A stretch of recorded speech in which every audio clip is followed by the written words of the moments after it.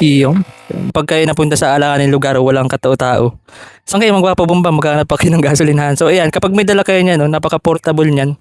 So hindi na kayo maabala, mag-aalilangan kapag napunta kayo sa lugar na alanganin. So ganito lang yung gamitin, no? Yan, simpleng-simple lang, basic na basic. So hindi lang siya pang inflate, 4-in-1 siya. Pwede nyo gamitin as jump starter. Kapag ka na-deadball na yung battery nyo, hindi nyo mapapa-start yung sasakyan nyo yan. Ito lang yung gagamitin nyo. Tapos hindi lang yan, pwede nyo pa yan gawing power bank o ayan, no? Kung sakaling may party-party kayo sa inyong bahay yan, magagamit nyo rin siya pampalobo ng balloons. Kapag ka madilim, walang flashlight yan, pwede nyo rin itong gamitin as flashlight.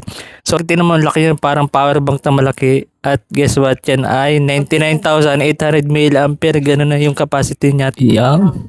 Yun, tapos na. Uy, 5 piso, boss. 20 pesos yan. 5 piso per gulong. Maraming salamat po. Kaya kung kayo man, mag-order kayo.